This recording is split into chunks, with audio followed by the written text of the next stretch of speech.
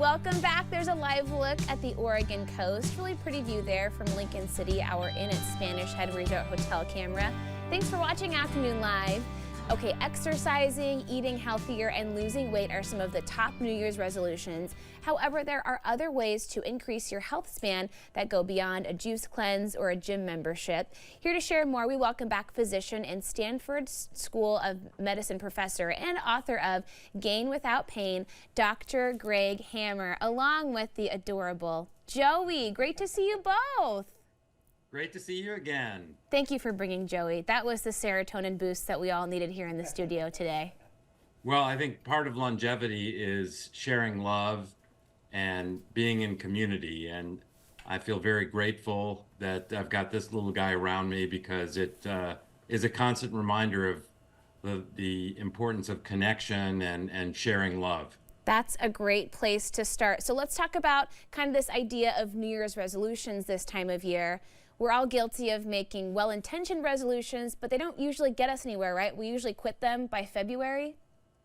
Well, I think the thing about New Year's resolutions is like goals. They're often at arm's length and often the distance. So my recommendation is that this year we all focus on what we can do right now today. And we need to have a plan. We need to have a practice for taking care of our physical well-being through sleep, exercise, nutrition, as you mentioned, as well as our spiritual and mental well-being. And that includes the GAIN elements, as we've discussed: gratitude, acceptance, intention, non-judgment, and really being in community with others, including our pets, but also with other people. Yeah, and kind of shifting that focus to, as you mentioned earlier, longevity and having that quality of life as long as we possibly can. Sleep, exercise, nutrition, always basic concepts, but we have to be reminded every once in a while. Absolutely. Well, you know, we've learned so much about longevity. There's new research coming out every day. And one interesting area of study is the population of centenarians around the world in these so-called blue zones.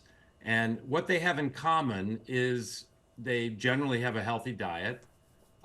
They are generally continuing to grow and learn and be in community with their families and their neighbors. And importantly, they know how to share love and gratitude with others. I think that being in community is so important, and I think maybe that would be a great New Year's resolution, but not for something to be achieved over the course of a year, but day by day to have that reinforced. Yeah, that's a great reminder to always keep at the top of your mind there. Hey, I want to talk about nutrition for a minute. Curious about your thoughts about intermittent fasting. We've heard a lot about that the last couple of years. Can you explain how it works and what some of the benefits might be?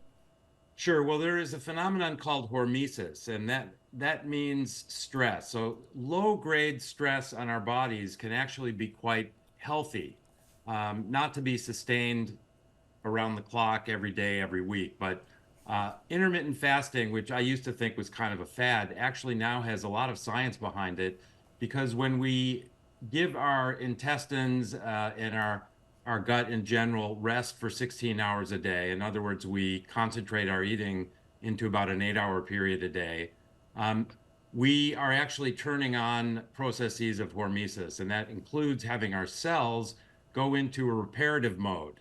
So our cells are either growing and reproducing, or alternatively, they may be focused on repairing DNA fragments, oxygen-free radical species, etc. And intermittent fasting represents this hormesis, or this kind of stress to our system where we're not taking in calories and our bodies switch gears into this reparative mode. So I'm actually a big believer now in intermittent fasting. And there are a lot of different manifestations of that. I think for me, the simplest way is to try to really eat between about 11 a.m. and 7 p.m. And it's not always something that I accomplish, but to the extent that I can at least not eat for a period of 14 to 16 hours, it's actually quite healthy. Yeah, that's a great place to start. We've got just about a minute left. I want to quickly get your thoughts on mindfulness and meditation. Does the science support the health benefits of those practices as well? Absolutely. You know, the practice that I embrace and practice myself and teach is called GAIN. It's a 3-minute mindfulness-based practice, contemplative meditation, where we get in touch with our breath and we contemplate that for which we're grateful, learn to accept things that are not to our liking, that are inevitably part of life. Our intention, the I in gain, we really have to have a plan that we invoke every day, and the N in gain is non-judgment. And practicing these principles actually lowers our stress levels, and chronic stress is a major cause of aging and cuts short not only our lifespan, but our health span. That is the years that we're healthy, not just managing to survive. That's great news. That's a great place to start. Thank you so much. Thank you for spending some time with us today. Thank you very much. Great to be with you. Look forward to our next conversation. Absolutely. Again, Dr. Hammer's book is Gain Without Pain, and we'll have more information on our website at katu.com. We'll be right back with more Afternoon Live right after this.